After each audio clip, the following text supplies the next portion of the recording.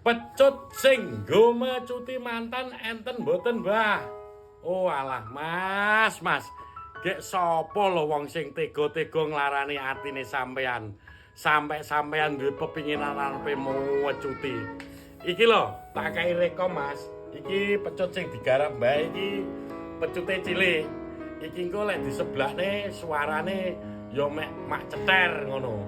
Tapi lek sampean pengen suarane rada nyaring, jenise pecut iki sing ngene-ngene iki.